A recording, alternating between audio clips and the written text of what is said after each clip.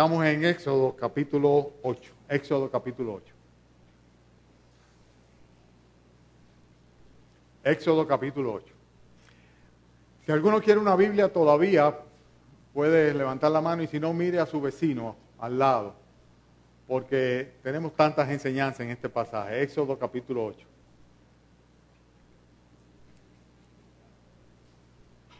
¿Estamos? Entonces Jehová dijo a Moisés: entra a la presencia de Faraón y dile: Jehová ha dicho así, deja ir a mi pueblo para que me sirva. Y si no lo quisieres dejar ir, he aquí yo castigaré con ranas todos tus territorios. Y el río criará ranas, las cuales subirán y entrarán en tu casa y en la cámara donde duermes, y sobre tu cama, y en las cámaras de tus siervos, en tu pueblo, en tus hornos, en tus artesas. Y las ranas subirán sobre ti, sobre tu pueblo y sobre todos tus siervos. Y Jehová dijo a Moisés: di a Aarón: extiende tu mano con tu vara sobre los ríos, los arroyos y estanques, para que haga subir ranas sobre la tierra de Egipto. Entonces Aarón extendió su mano sobre las aguas de Egipto, y subieron ranas que cubrieron la tierra de Egipto. Y los hechiceros hicieron lo mismo con sus encantamientos, e hicieron venir ranas sobre la tierra de Egipto. Entonces Faraón llamó a Moisés y a Aarón y les dijo: orad a Jehová para que quite las ranas de mí y de mi pueblo, y dejaré ir a tu pueblo para que ofrezca sacrificio a Jehová.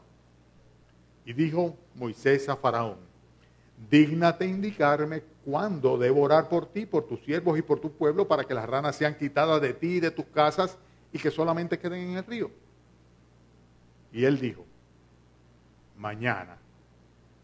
Y Moisés respondió: se hará conforme a tu palabra, para que conozca que no hay como Jehová nuestro Dios. Y las ranas se irán de ti, de tus casas, de tus siervos y de tu pueblo, y solamente quedarán en el río. Entonces salieron Moisés y Aarón de la presencia de Faraón, y clamó Moisés a Jehová tocante a las ranas que había mandado a Faraón. E hizo Jehová conforme a las palabras de Moisés, y murieron las ranas de las casas, de los cortijos y de los campos. Y las juntaron en montones, y apestaba la tierra. Pero viendo Faraón que le habían dado reposo, endureció su corazón y no los escuchó como Jehová había dicho. Entonces Jehová dijo a Moisés: di a Aarón: extiende tu vara y golpea el polvo de la tierra para que se vuelva piojos por todo el país de Egipto. Y ellos lo hicieron así. Y Aarón extendió su mano con su vara y golpeó el polvo de la tierra, el cual se volvió piojos, así en los hombres como en las bestias. Todo el polvo de la tierra se volvió piojos en todo el país de Egipto. Y los hechiceros hicieron así también para sacar piojos con sus encantamientos, pero no pudieron. Y hubo piojos tanto en los hombres como en las bestias.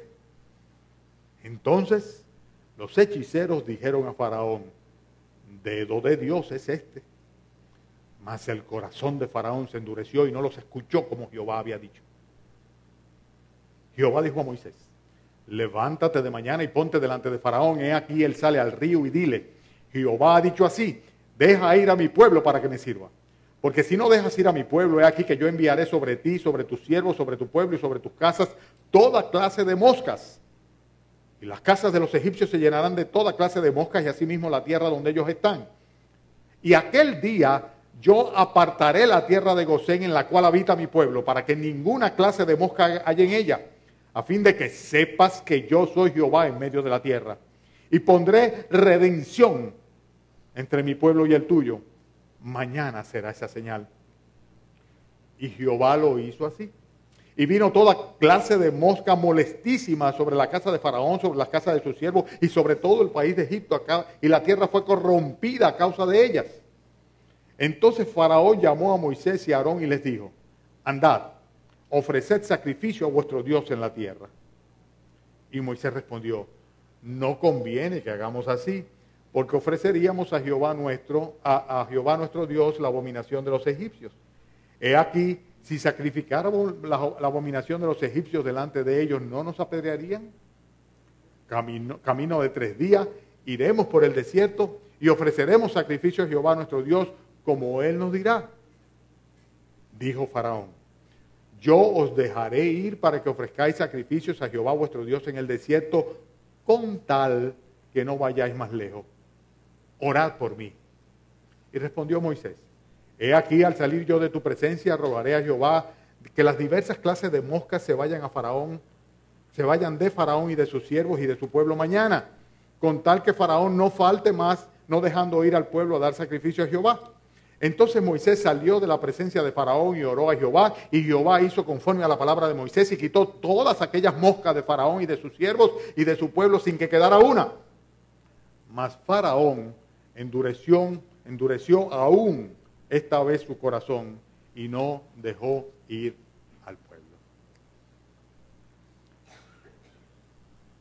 Este mensaje lo he predicado en otras ocasiones. Está titulado Una vida sin mañana. Una vida sin mañana. Hace unos años los hermanos Moratti estaban con nosotros. No recuerdo si algún otro de los que está aquí fue compañero de ese viaje. Estando en Israel, precisamente en el Mar Muerto, una señora que acompañaba la excursión, era una excursión de creyentes, todos éramos creyentes, cristianos. Y una de estas señoras había sido invitada por una pareja de esposos creyentes, pero ella no era creyente. Y estando en el Mar Muerto, el día, me parece que era el día de su cumpleaños, había cumplido años el día antes, algo por el estilo. El hecho es que ella había decidido que el resto de su vida se lo iba a pasar paseando, y todo el tiempo ella iba gozando ese viaje, esa excursión, y diciendo de los planes que tenía para futuros viajes. Pero ese día en el Mar Muerto se ahogó. Y fue algo que nos impactó tremendamente. A mí se me quedó esa imagen muy fija en mi memoria. Y en ese momento no me quedó otra cosa que reflexionar sobre la brevedad de nuestras vidas y sobre la vulnerabilidad de nuestra naturaleza. Uno hace planes como si hubiera de vivir eternamente. Sin embargo, la Escritura nos advierte y nos dice, vamos ahora a lo que decís, hoy y mañana iremos a tal ciudad y estaremos allá un año y traficaremos y ganaremos, cuando no sabéis lo que será mañana. Porque ¿qué es vuestra vida? Ciertamente es neblina que se aparece por un poco de tiempo y luego se desvanece. Estoy citando a Santiago capítulo 4, versículos 13 y 14. Una neblina que viene en un momento y luego la brisa se la lleva, y así es nuestra vida, dice. Y hacemos planes, dice, traficaremos y ganaremos y haremos y nos proyectamos, pero dice, ¿quién sabe lo que va a ser el mañana de nosotros? ¿Quién sabe si realmente tendremos un mañana para llevar a cabo nuestros planes? Ella no tuvo un mañana. Ella terminó ese día con su vida.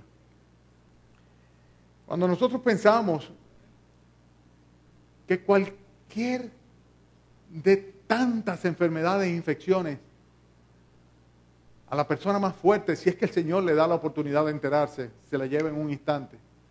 Otros en plena salud, de un momento a otro, un paro cardíaco, lo arrebata de la vida. Y aun si fuésemos muy longevos y llegásemos a vivir 70 años, en comparación con la eternidad, ¿qué son esos 70 años? Es breve nuestro tiempo, es ciertamente una neblina, algo temporal, muy pasajero, muy breve. Y en consecuencia, los planes que nosotros hacemos son frecuentemente, por así decirlo, muy futiles, o sea, muy absurdos, porque hacemos planes para un mañana que en la mayoría de los casos es completamente incierto. La Biblia dice que el creyente está claro en que él es como el viento, que no está seguro de dónde viene ni a dónde va, pero que es guiado por el Espíritu Santo. Pero el que no tiene al Espíritu Santo y que no está seguro de su eternidad, realmente tiene un panorama todavía más tétrico en cuanto al mañana, porque en cualquier momento cesa su existencia en esta tierra. Y no es vida lo que le espera, sino muerte y condenación. Faraón no tendría un mañana. Él creía que sí, pero no lo tendría. Nosotros lo sabemos ahora porque conocemos la historia completa. Pero el hecho es que él estaba confiando en su religión, y ese fue el primer impedimento que tuvo Faraón para tener un mañana asegurado. La Escritura enseña claramente que este hombre confiaba en sus magos. Él mismo se autoconsideraba una divinidad y sus magos eran una especie de casta sacerdotal que estaba a su servicio. Hay tantas personas que confían en los ministros, en los sacerdotes, como si ellos fueran a garantizarles su eternidad, como si ellos podrían realmente prevenirles avisarle o salvarle, rescatarle de la condenación eterna. El faraón tenía toda una recua, por decirlo así, de servidores sacerdotales que solamente le servían para agravar el problema cada vez que hacían uno de sus encantamientos. Aparte de eso, tenía diferentes divinidades, diferentes credos. Si ustedes se ponen a pensar que la serpiente, el escarabajo, las ranas, todos esos animales eran objeto de la adoración idolátrica egipcia, entonces nosotros nos damos cuenta que Dios está de una manera directa evidenciando que es completamente falaz, inútil, inconsistente, ilógico, irracional confiar en estas falsas divinidades. La sangre fue la primera de las plagas que el Señor le envió, hiriendo con esto directamente al Nilo, y el Nilo era considerada una divinidad. El Hapi se llamaba el dios Nilo, que la semana pasada no recordaba su nombre, y Kun era el dios que guardaba el Nilo, del cual dependía la vida, la existencia temporal de esta nación. Las ranas, que las vemos en esta lectura de hoy, tenían como diosa a Hep, que precisamente era una divinidad que tenía forma de rana. Como es interesante que los piojos salen de la tierra, emergen de la propia tierra, del polvo de la tierra, y Geb era el dios de la tierra. Y Utachit era un dios o una divinidad en forma de mosca. Y todas estas divinidades eran adoradas, como hoy día lo son cantidad de santos y vírgenes adoradas, divinidades que sencillamente han sido concepción humana cuando hay un solo Dios y hay un solo mediador entre Dios y los hombres, que es nuestro Señor Jesucristo. Pero él no tendría mañana, Faraón, por estar confiando en esas divinidades, porque ninguna divinidad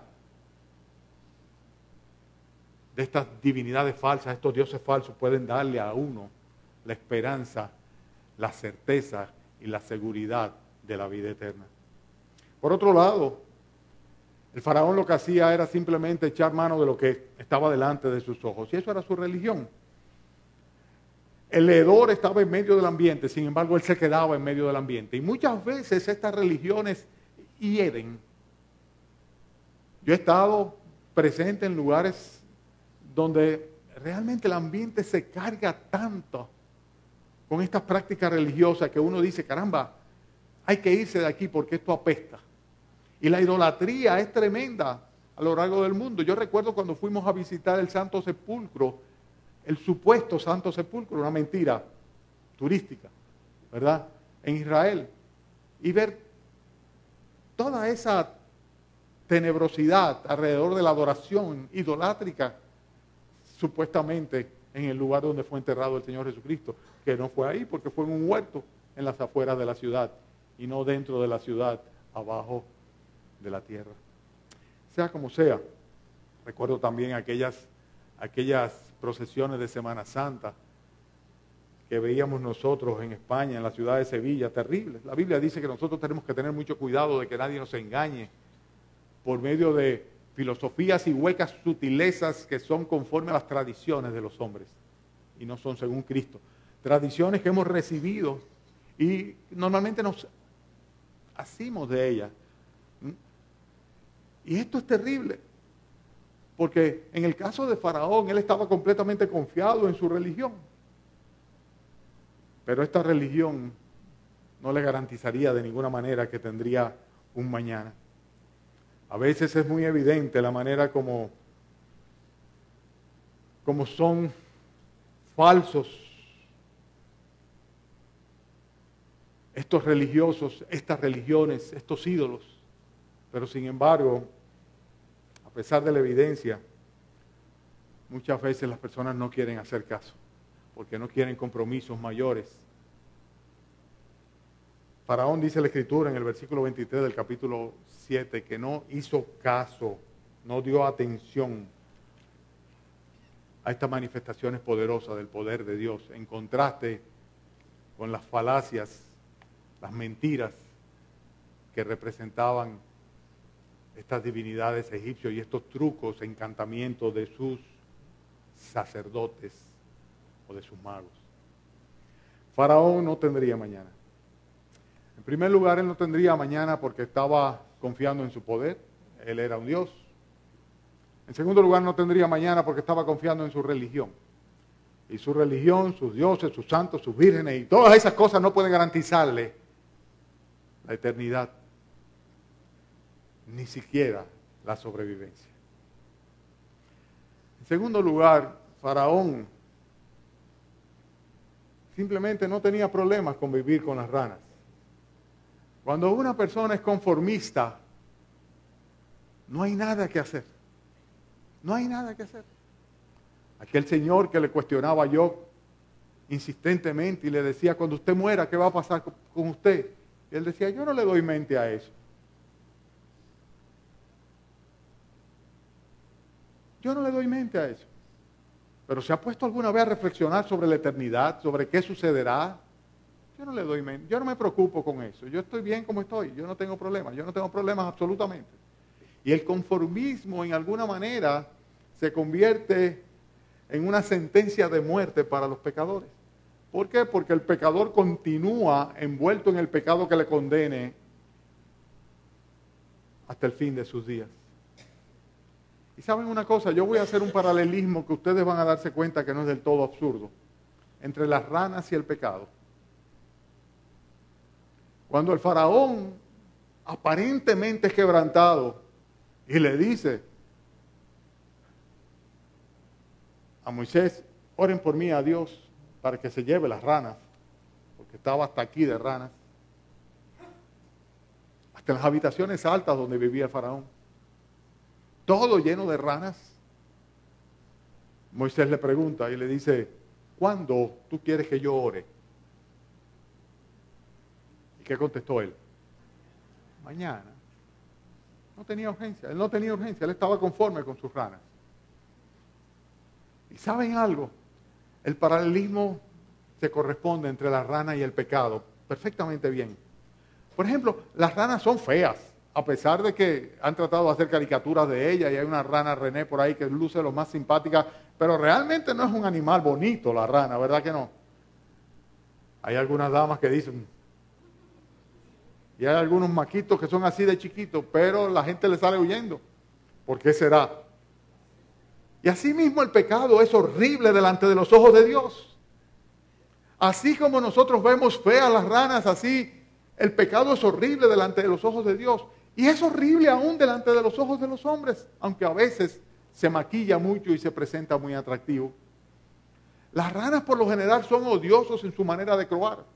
O sea, el sonido de una rana, tú no lo equipararías, no lo compararías con el sonido de un ruiseñor. ¿Verdad que no? O un canario. En casa los ruiseñores cantan mucho. Parece que hay varios nidos en los árboles del patio. Y yo me deleito por la mañana oyendo esos ruiseñores cantar. Yo quisiera que no se apagaran nunca. Pero desde que cae una agüita y oigo un croak, croak, croak, croak, yo digo, ¿y esto? ¿Y esto? ¿Y saben algo? Así como es odiosa una rana cuando croa, así es el pecado cuando es contado, cuando es narrado, cuando es evidenciado. Y por eso llega el momento en el cual uno no tolera ya oír más noticieros. Porque es horrible oír las noticias de cómo el pecado está arropando completamente nuestra sociedad frente a la tolerancia o la ausencia de asombro de todo el mundo. Las ranas, sin lugar a duda, es un animal comestible. Alguien hizo así. Pero óigame, no hay cosa más rica que unas ancas de rana. No, son buenas, hermanas. Yo las he comido, son riquísimas. Esos mulitos de ancas de rana, hechos empanizados. Óyeme, no hay pollo que sea tan rico, ni nada. Eso es riquísimo. Sí, lo que pasa es que nuestra cultura no se come, pero son riquísimos. riquísimo y muy nutriente. Y es bueno que sepan que las ranas lo que comen son vegetales y hojitas e insectos. Pero sea como sea, ¿verdad? El hecho es que es comestible y de una manera muy similar. Así es el pecado. Algo que cuando se come, aunque la persona dice no al momento de comerla, muy grato que es. Recuerdo la primera vez que las comí, las ancas de rana. Yo dije, oye, yo no me imaginé jamás que esto podía ser tan rico. Y así es el pecado. Se presenta y la gente lo desgusta y le encanta el pecado, pero sin embargo,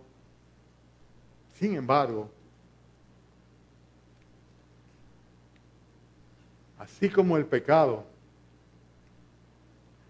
va saltando y saltando y saltando y va escalonándose y escalonándose y creciendo y creciendo y creciendo, así son las ranas sorpresivas en su avance. Y cuando uno viene a darse cuenta, ya van lejos. Son difíciles de agarrar, son difíciles de atrapar, porque están quietos y de un momento a otro saltan. Hay un gran paralelismo entre estas ranas que toleraba el faraón y que decía, yo no tengo prisa, puede ser mañana. Y lo que hacemos los hombres es exactamente igual con el pecado. O sea, llega un momento en el cual nos deleitamos con el pecado a pesar de lo horrible que es la forma como se manifiesta. Y si bien llegamos a reconocer que el pecado nos hace daño, sin embargo, óyeme, va tomando cuerpo en nosotros una vez y otra vez y una vez y otra vez, al punto tal de que nosotros postergamos para mañana el abandonar el pecado y venir a los pies de Jesucristo. ¿Y saben algo? El hermano Oscar dice que yo a veces utilizo palabras raras, extrañas al oído común, pero él me enseñó una que se llama procrastinación, que no es otra cosa que no dejar para mañana, que dejar para mañana lo que debes hacer hoy. O sea, posponer las cosas. Y el faraón actuó igualito como la mayoría de los que estamos cargados, llenos de ranas. Cuando un pecador deja para mañana la decisión que tiene que tomar hoy de abandonar el pecado y acudir a Jesucristo, obedeciendo la palabra de Dios, está actuando tal cual como el faraón. Está por ahí simplemente diciendo mañana. Pero mientras tanto está con las ranas hasta el cogote. Está inmerso y cada vez más se le va a hacer difícil atraparla. ¿Cuántos de ustedes tienen años posponiendo el abandono del pecado? ¿Cuántos de ustedes tienen meses escuchando la palabra de Dios y todavía cuando le dicen recibe al Señor Jesucristo, quieres orar a Dios, quiere que oremos a Dios, dicen mañana? ¿Cuántos? ¿Cuántos de ustedes que están aquí todavía no están seguros de la eternidad? Porque todavía no están seguros de haber recibido el perdón de sus pecados, de que tienen a Jesucristo morando en su corazón, el cual es la única garantía de un mañana seguro. ¿Cuántos? ¿Cuántos de ustedes? ¿O no es así? ¿O no es así que una vez y otra vez vemos a las personas decir mañana? Y a veces no lo dicen con los labios, sino con la actitud. Faraón no tendría mañana, y no tendría mañana en primer lugar por su autoconfianza. También por el hecho de que tenía su religión y no quería salir de su religión. Y como no iba a salir de su religión, iba a permanecer con sus mismos sacerdotes, sus mismos magos, sus mismos dioses y en su misma condenación. Pero además de esto, Faraón se sentía cómodo, conforme. Él podía tolerar todavía un día más el pecado en su vida. Las ranas en su vida. Esas ranas que son feas, odiosas, pero que sin embargo se ingieren y que además de esto van tomando cuerpo en nuestros corazones, en nuestras mentes y en nuestro ser, como lo es el pecado. Hermanos, amigos míos, cada día que permanecemos enredados en el pecado es como otro día más en las garras de la adicción. Porque cada día más nos compromete más, se nos dificulta más. El pecado endurece los corazones, simplemente bloquea los oídos, nubila completamente la mente, ciega los ojos. Y decir mañana, cuando hay una sentencia de muerte sobre mi alma, cuando el dedo de Dios está sobre mí condenándome y haciéndome notar la cantidad de ranas que hay en mi vida, eso es una tontería. Hay que decirle, ¿cuándo? Ahora, ahora. Señor, límpiame de ranas, ahora. Pero no mañana. Pero Faraón no tendría mañana porque era un ser orgulloso. El Señor le manda una plaga de piojos. Y luego cuando le manda la plaga de piojos que dice que el polvo de la tierra se convirtió en piojos. O sea, era polvo literalmente que de un momento a otro tomó vida. Y se convirtió en piojos. Lo dicen los versículos que van del 16 al 19. Aún en esas circunstancias, cuando tenía una urgencia, cuando estaban todos desesperados, aún en esas circunstancias, él tenía su corazón lleno de orgullo y endurecido. Y le pasa igual como a muchas personas que por su orgullo, aún en el lecho de muerte, no son capaces de reconocer que su religión falsa no es capaz de salvarle. No son capaces de reconocer que sus buenas obras o su conciencia supuestamente limpia no es capaz de justificarle delante de Dios. Personas que por su orgullo no son capaces ni aún en la enfermedad reconocer que son pecadores y que merecen el juicio de Dios en sus vidas. Y ese es el caso. Aún frente a la urgencia de esta circunstancia con piojos que habían cubierto toda el área de la nación egipcia. Sin embargo, Faraón seguía con su orgullo que le bloqueaba ser objeto de la misericordia de Dios. Fíjense, es interesante que ya cuando viene la plaga de piojos, sus magos no pudieron hacer nada. Los tontos religiosos, magos, hechiceros, que agravaron el problema cada vez más sobre Egipto y sobre Faraón, ahora llegó el momento en que dijeron, eso es dedo de Dios. En otras palabras, aquí hay algo fuerte, aquí hay algo real. Dedo de Dios es esto. Cuando quisieron hacer lo mismo, sacar de la tierra piojos y no pudieron. Y llega un momento en el cual una persona es capaz de reconocer que la religión no le sirve de nada. De que sus magos, sus encantadores, sus sacerdotes o sus pastores o sus ministros no le sirven de nada. Pero sin embargo, si el corazón está cargado de orgullo, como el caso de Faraón, no va a haber un verdadero arrepentimiento. Dios inclusive preserva la tierra de Gosén. Dios preserva el lugar donde habría de estar la nación de Israel, como una manifestación aún más evidente de que esto es el dedo de Dios. Así, Dios dice aquí en este pasaje que Él habría de hacer redención entre su pueblo y el pueblo de Egipto.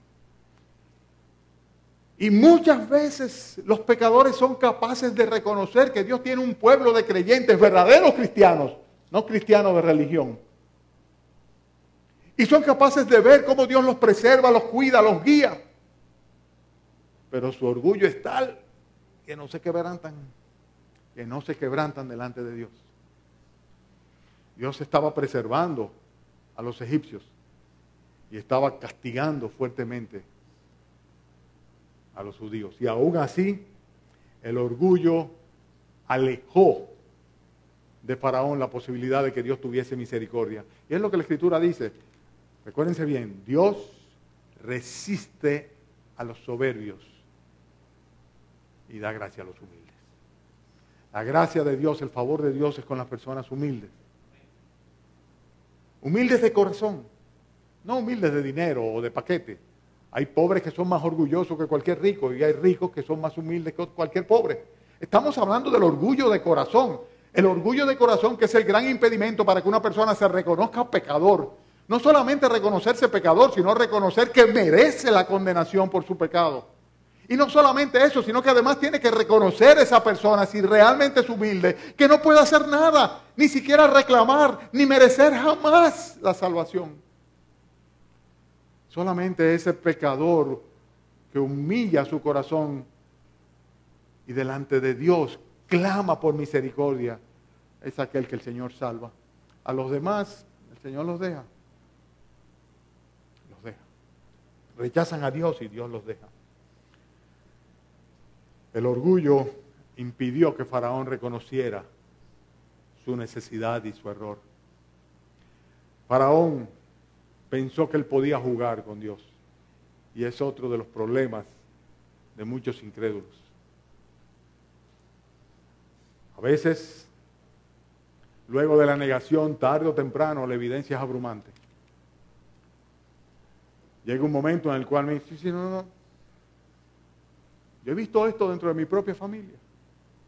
Llega el momento en que la evidencia es abrumante. Dios reivindica su nombre en medio de su pueblo.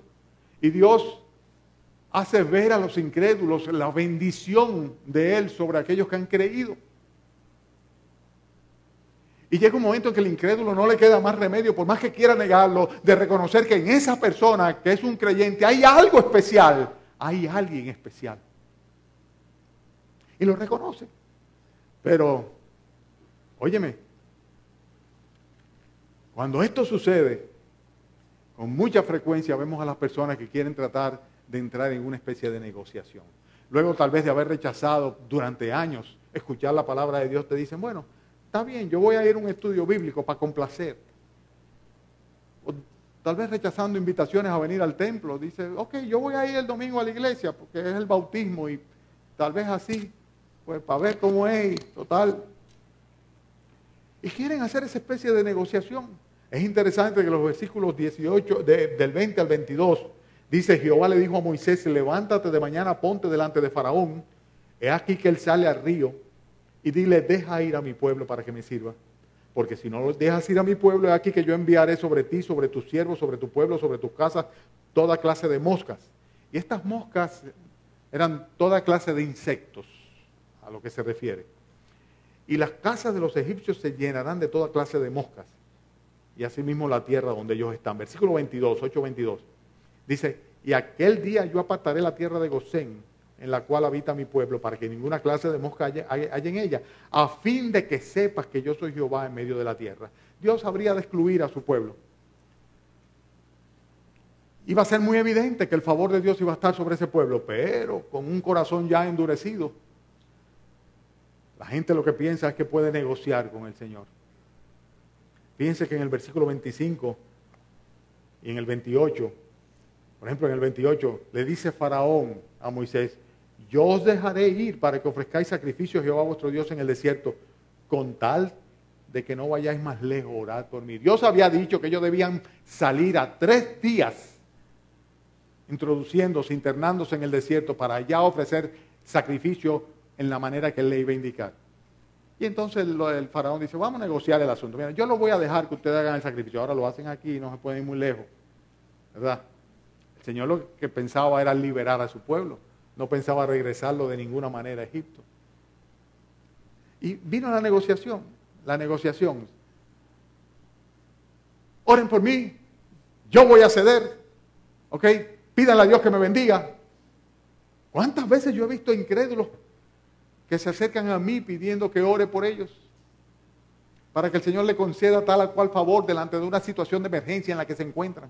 por un problema con un hijo, por un problema con un padre, por un problema de salud, por un problema de negocio, por un problema legal, por un problema de dinero, por un problema de lo que sea. Cuando si por algo puedo yo clamar por aquella persona que no tiene a Jesucristo en su corazón es porque Dios tenga misericordia de su alma, porque lo más importante es eso. Pero sin embargo las personas en ese momento están dispuestas a negociar. Recuerdo siempre a un primo muy querido que estuvo al borde de la muerte. Y cuando yo iba a predicarle allá en la clínica, tuvo mucho tiempo, un par de meses internos. Y yo iba con mucha frecuencia a predicarle. Él me decía, cuando yo salga de aquí, lo primero que voy a hacer es ir a tu iglesia. Yo le decía, está bien, pero tienes que arrepentirte de tus pecados. Tienes que recibir a Jesucristo como tu Señor y Salvador. Él ha cumplido su promesa, él ha venido a esta iglesia. Pero todavía no tiene un mañana asegurado. Está igualito que Faraón. Él negoció en un momento dado. Y Faraón quiso negociar con el Señor. Pero ¿saben una cosa? Dios no entra en negociaciones con los pecadores. Dios lo quiere todo o no quiere nada. A Dios no le interesa que tú le ores. A Dios no le interesa que tú le alabes. A Dios no le interesa que tú le menciones. A Dios no le interesa que tú dejes en un momento dado un determinado pecado. A Dios no le interesa nada de eso. A Dios le interesa toda tu alma, todo tu ser. El mandamiento es ese, con todo tu corazón, con toda tu alma, con toda tu fuerza, sobre todas las cosas. Dios único en el primer lugar en tu vida. Solamente cuando hay un corazón dispuesto a supeditarse en su totalidad al gobierno soberano de Dios en su vida, es cuando el Señor inclina su mano para rescatarle.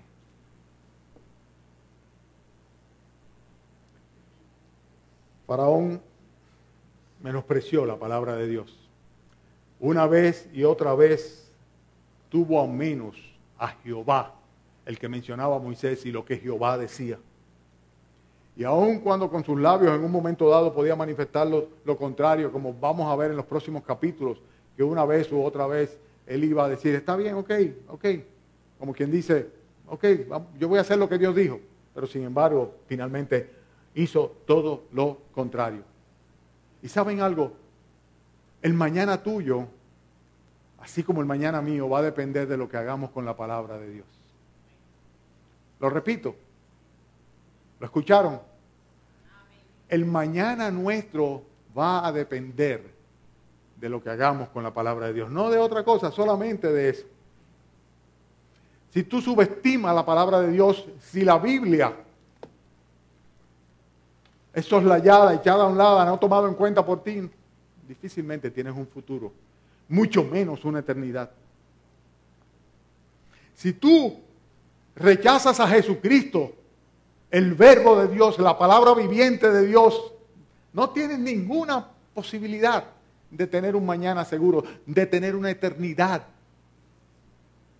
en gloria. No hay ninguna posibilidad. Faraón es un ejemplo claro de lo que es una persona que creyó que tenía mañana, que podía posponer las cosas para mañana, que podía dejar la obediencia a Dios, la respuesta a Dios para mañana. Pero sin embargo, Faraón no tendría un mañana.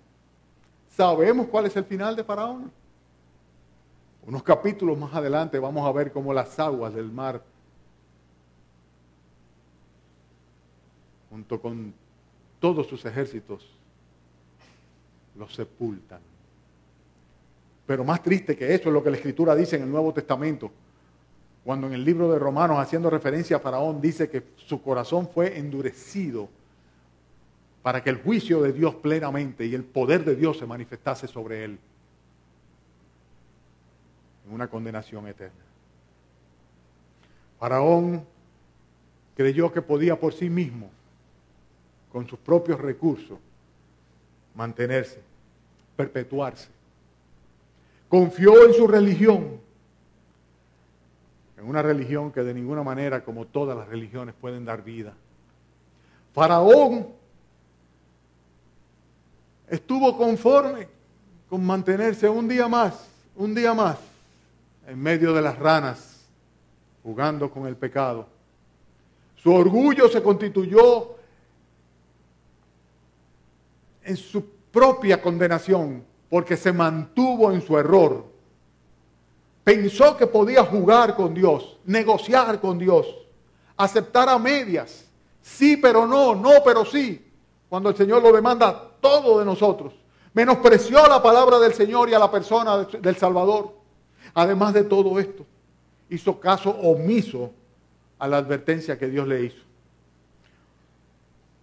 1, 2, 3, 4, 5, 6, 7, 8, 9, 10, 11 veces.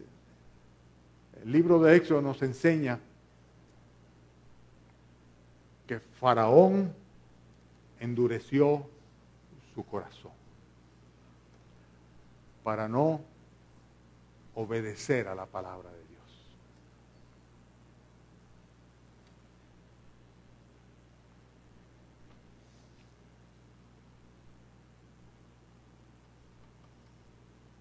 ¿Es acaso la situación de alguno de ustedes?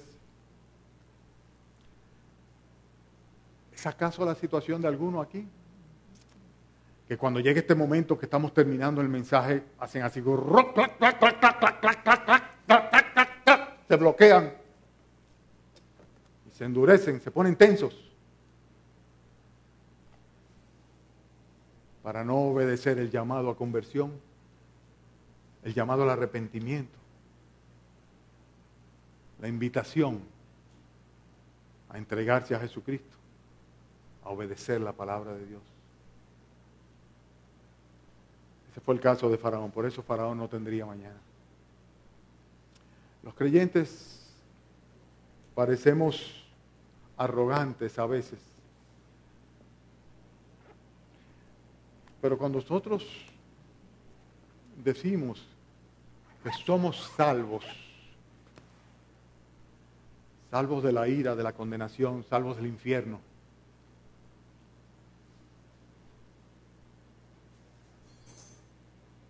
de ninguna manera es porque creamos que es fruto de nuestro esfuerzo, de nuestro mérito, de nuestra capacidad, de nuestras virtudes, sino porque reconocemos que Dios tuvo de nosotros misericordia. Pero somos salvos. No hay dudas, somos salvos. No hay nada que nos pueda separar del amor de Cristo. Somos salvos. La sangre de Cristo ha lavado nuestros pecados. Hemos sido redimidos. Dios ha puesto redención entre nosotros como pueblo suyo y el resto del mundo.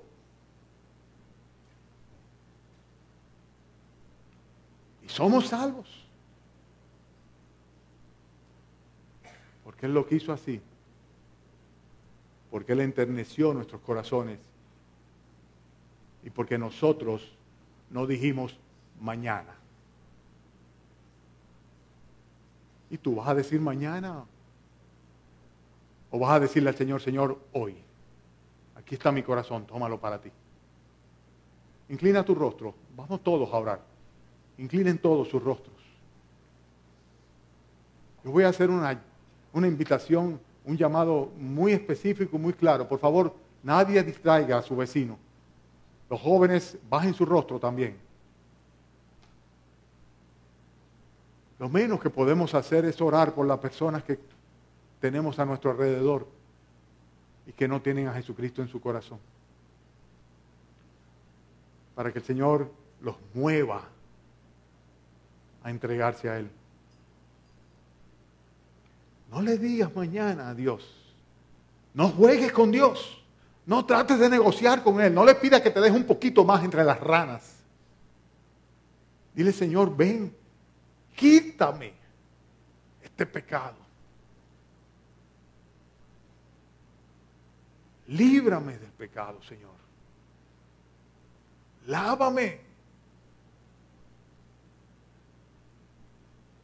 Ten misericordia de mí y hoy sálvame. Hoy. No mañana, Señor. Hoy, porque mañana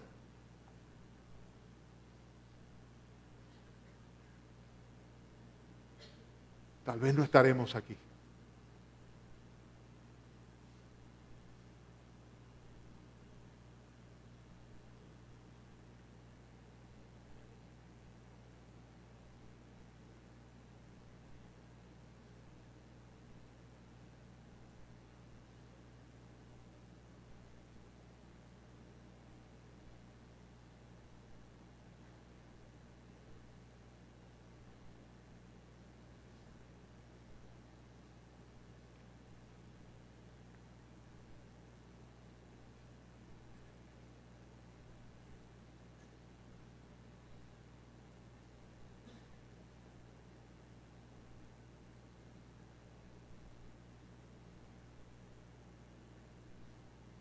Damos gracias, Señor, por el regalo del perdón de los pecados y de la vida eterna que nos das gratuitamente a través del sacrificio de tu Hijo Jesucristo en la cruz del Calvario. Damos gracias, Señor, por la redención con la cual pagaste por nuestras culpas tú mismo, Señor, encarnándote, haciéndote hombre y pagando en lugar del hombre. Y damos gracias, Señor, porque enterneciste nuestros corazones. Permitiste que nuestros oídos estuviesen atentos y concediste fe a nuestras almas, Señor, para recibir el perdón y la salvación por medio de la fe en Jesucristo. Damos gracias, Señor, porque todavía sigues haciéndolo. Y de manera especial, Señor, te damos gracias por los que esta mañana han tomado la decisión de no esperar hasta mañana. Te rogamos, Señor, que tú confirmes en sus corazones la certeza del perdón y de la vida eterna. Y te rogamos, Señor, que tú mismo redargullas a aquellos que una vez más posponen, creyendo que pueden jugar contigo, Señor, a fin de que no lo sigan haciendo y de una vez por todas se entreguen a ti. Mira estos jóvenes, Señor, que han estado oyendo tu palabra desde niños y que son incrédulos, Señor, que no creen en el juicio que se avecina, que piensan que van a vivir para siempre y que llevarán a cabo los planes y propósitos que tienen. Oh Señor, hazle ver que el pecado cada vez más los va sepultando en la muerte y en la condenación. Hazle ver, Señor, que en Jesucristo tienen la salvación de su alma y que la vida sin Cristo no vale la pena ni siquiera vivirla, porque el fin de ellas es muerte y condenación. Ten misericordia de nuestros jóvenes, Señor, en particular de aquellos que están aquí porque los trajeron. Y mira, Padre, aquellos adultos cuya religión los ha engañado durante mucho tiempo y se han acostumbrado a vivir entre ranas, Señor.